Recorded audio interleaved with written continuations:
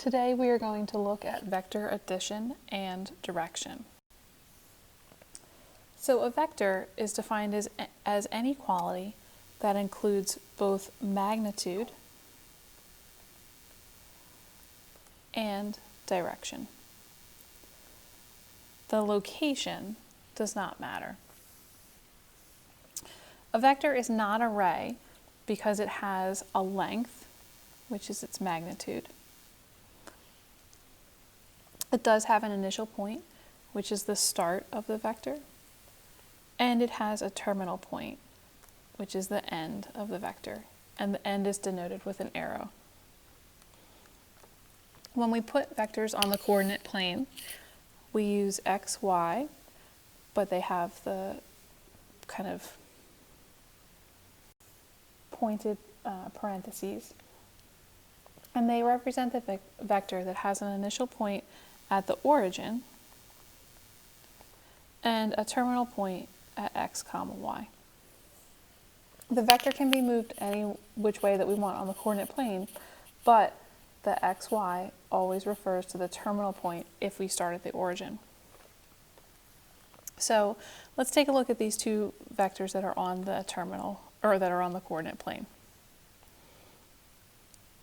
Our first vector starts at the origin and is here with a terminal point at 4, 2.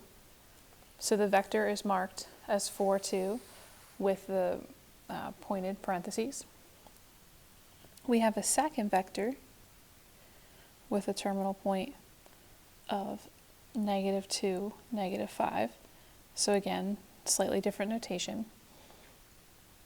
And if we want to add them, then we'll place the two vectors head to tail. So we'll literally pick up the second vector and move it. So it will go down 5 and left 2.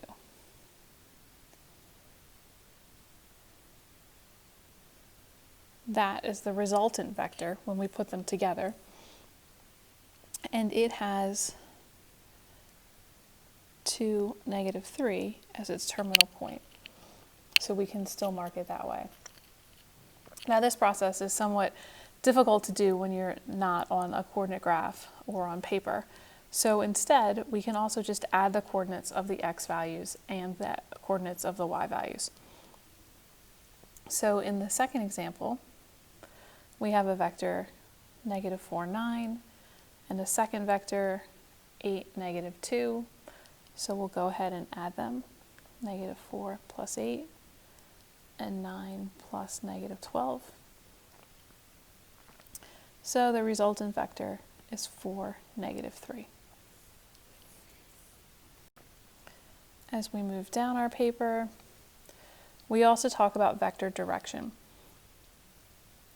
So we'll define vector direction as degrees north or south of the horizontal axis, which means north or south of east or west. Because we remember,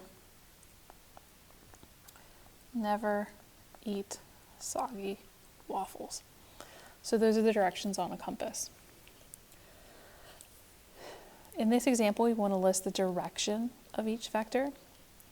So this particular vector is heading north.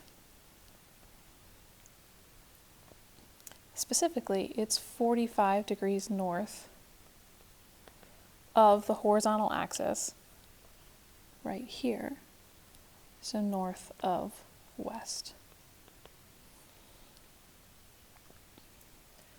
In the second example, we want to be headed south, but we're headed south of this horizontal axis. So we need the angle in here, which will be 30 degrees. So we say that it's 30 degrees south of east. And that's our lesson for today. Please let me know if you have any questions.